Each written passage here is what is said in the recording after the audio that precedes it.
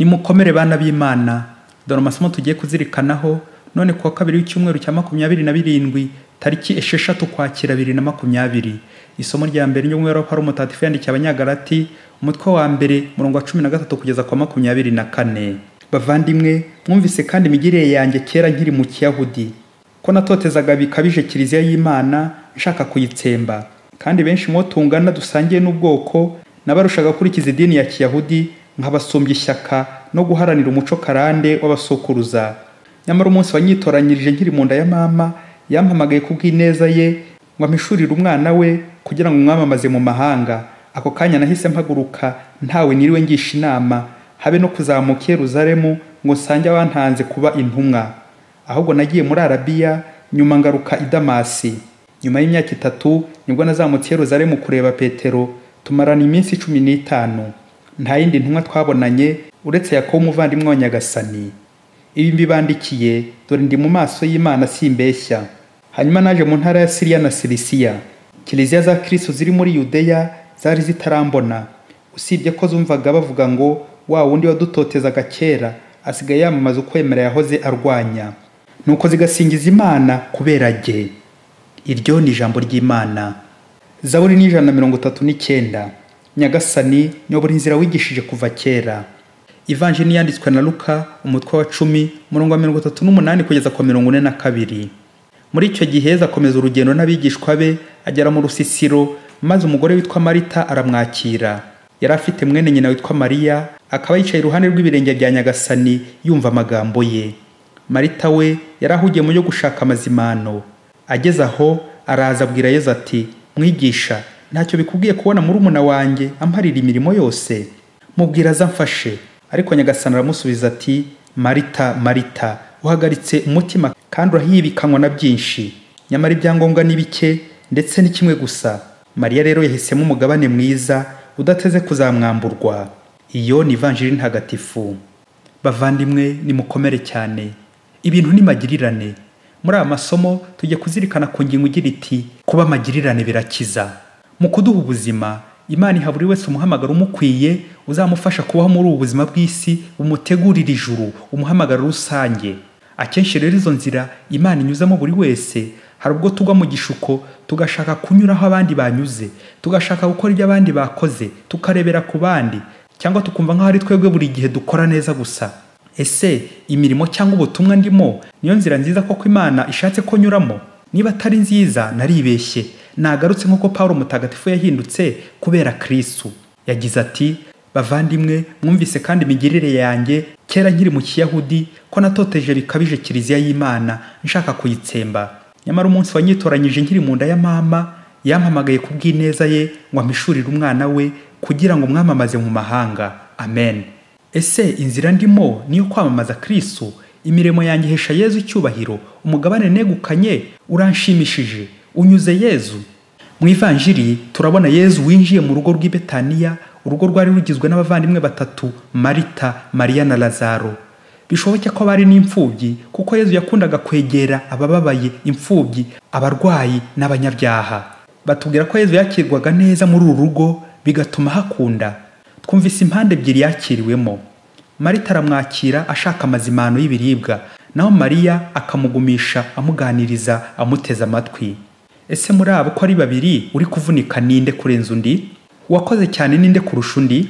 Marita nk'umuntu w'umubyeyi wasanga ubushyuhe bw'iziko bwari bumumereye nabi, cyangwa ari guhata nk'ibirayi by'ifiriti akitema. Bigaragara nk'aho ari akariye murumuna we, yumva ko ari ukaze, ari wagotse. Ati, mwigisha, ntacyo bikubwiye kubona murumuna wanjye amparira imirimo yose? Mubwire azamfashe.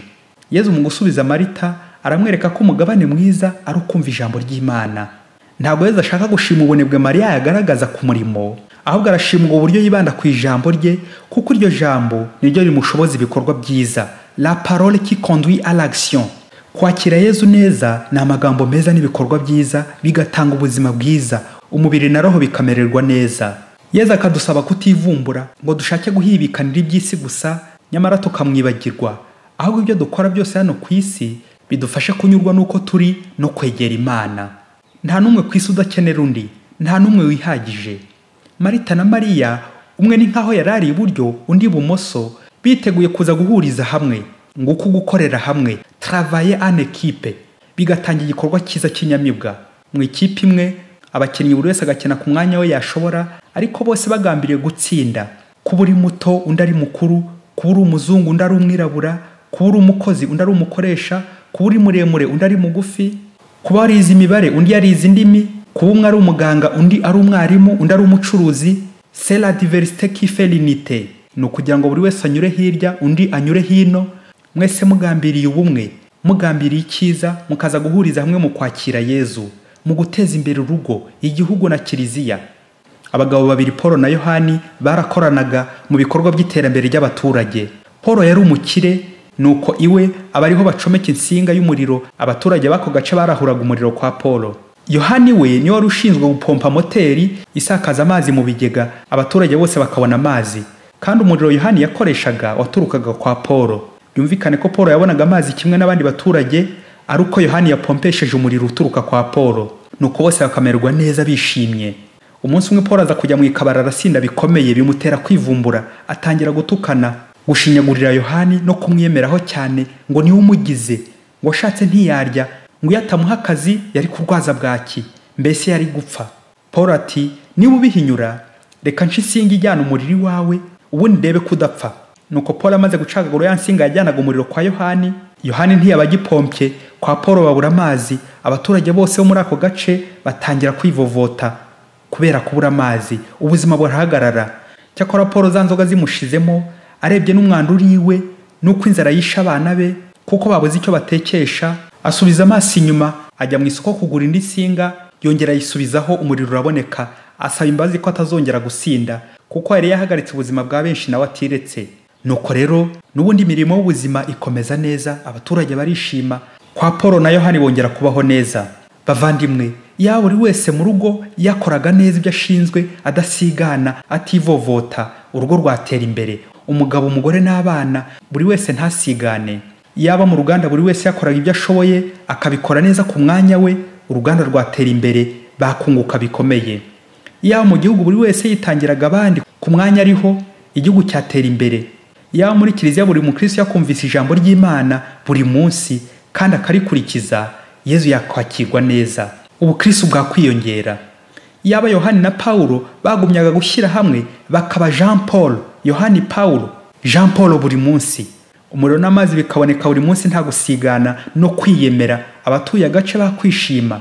Yaba umukene n'umukene bakoranaga neza, bakamagirirane, umukire kubera umurengwe ntasuzugura umukene, buri wese agafasha undi mu rwego ariho, ubuzima bwagenda neza. Muvandimwe, nta muntu kamara ubaho ku isi, ushoboye iki n'undi ashoboye ikiriya. Nugeraho ukamenya ko ukaze, ujye umenya ko hari abandi bakaze kukurusha.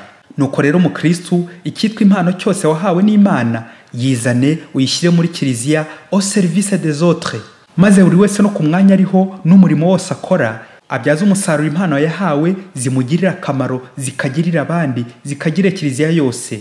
Ngibyo ibyishimo bya Yezu, nguko kwakira Yezu neza mu rugo iwacu, mu miryango yacu, mu mitima yacu, nuko bamagirirane, la complémentarité dans le bien, kuzuzanya mu gukora neza, buri wese agahanira igifitiye abandi akamaro, ntabe nyamwigendaho, ahubwo yagura imbibi aharanira inyungu za rusange.